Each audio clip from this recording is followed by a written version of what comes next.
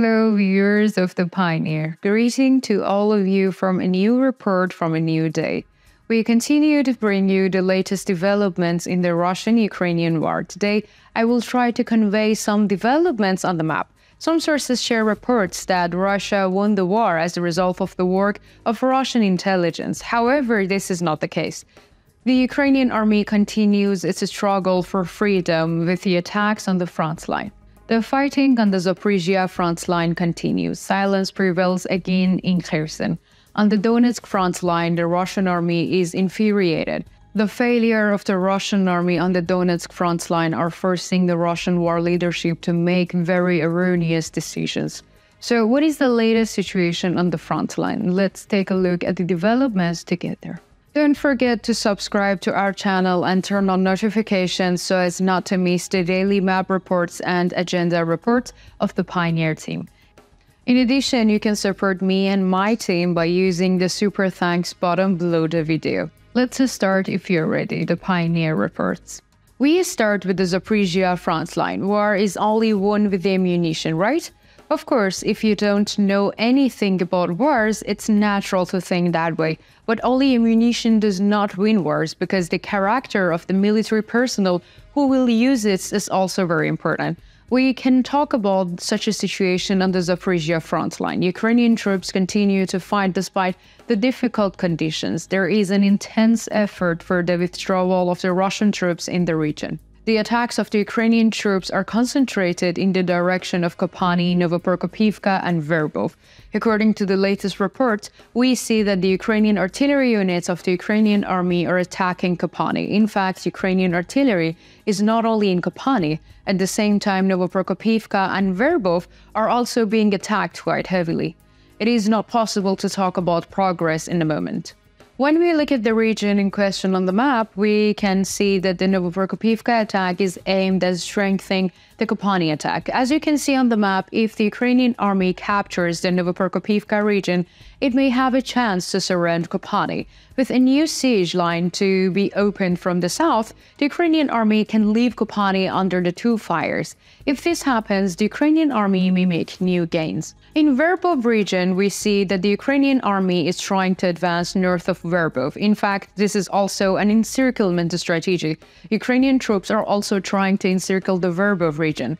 We can say that the majority of the attacks are north of Verbov. The defense line of the Russian armed forces will collapse if the Ukrainian army's offensive is successful, because there is a second layer here. In this way, the Ukrainian army will open a new maneuver space for itself. Let's talk about artillery activity in the region. According to the latest reports, Russian artillery units targeted positions of the Ukrainian armed forces in Malaya Tokmakcha, Novodanilovka, Robotny, and Novandriivka.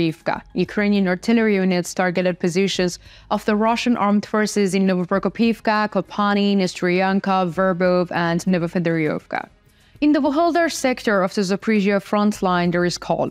There are also localized clashes between the artillery units of the two armies. There are localized clashes between the artillery units of the two armies. So far, there are no reports of a new infantry attack by either army.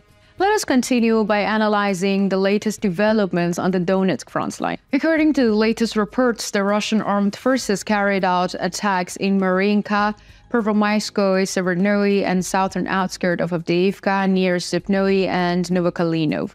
We also mentioned this in our reports and the agenda. As you may recall, the Russian army is very unsuccessful in advancing in its region. Despite massive attacks, Russian troops cannot advance. Russian soldiers also complain about these attacks. Why do Russian soldiers complain about these attacks?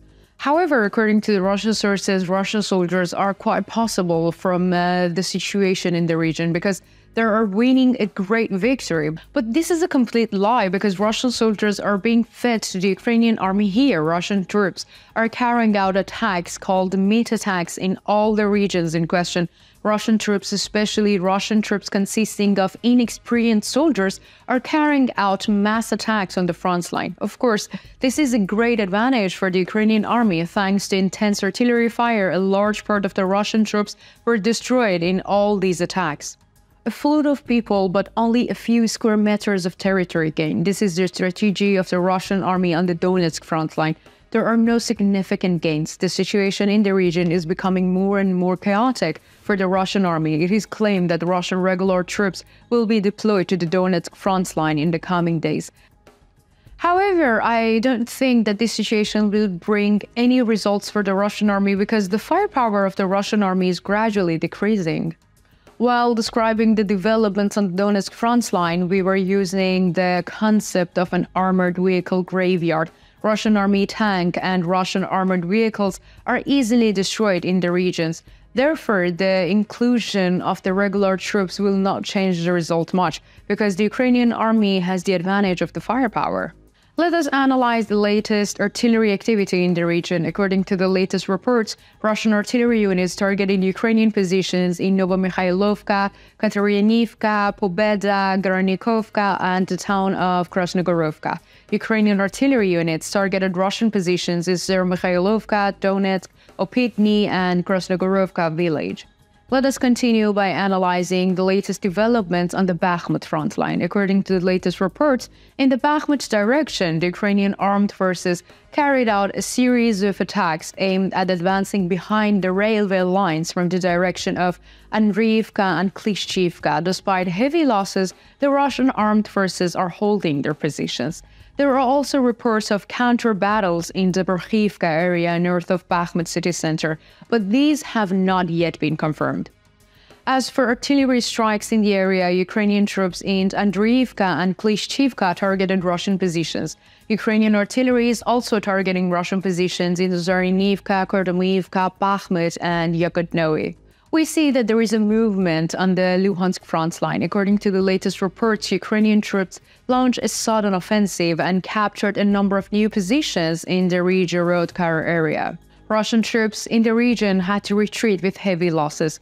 Russian forces, on the other hand, launched an offensive in Stepnaya, Novosyolovka, Petropavlovka, and Sinkivka after intense shelling. However, Russian troops failed to make any gains during these attacks. Except for the Ukrainian gains in the direction of Raigorodka, there is no map change. What do you think? Do you think the Ukrainian army's offensive on the Zaporizhia front line will continue? Do you think these attacks are enough? What are your opinion on the latest situation on the Donetsk front line? Do you think the Russian army will succeed here? Let me know in the comments. I read and care about all your comments.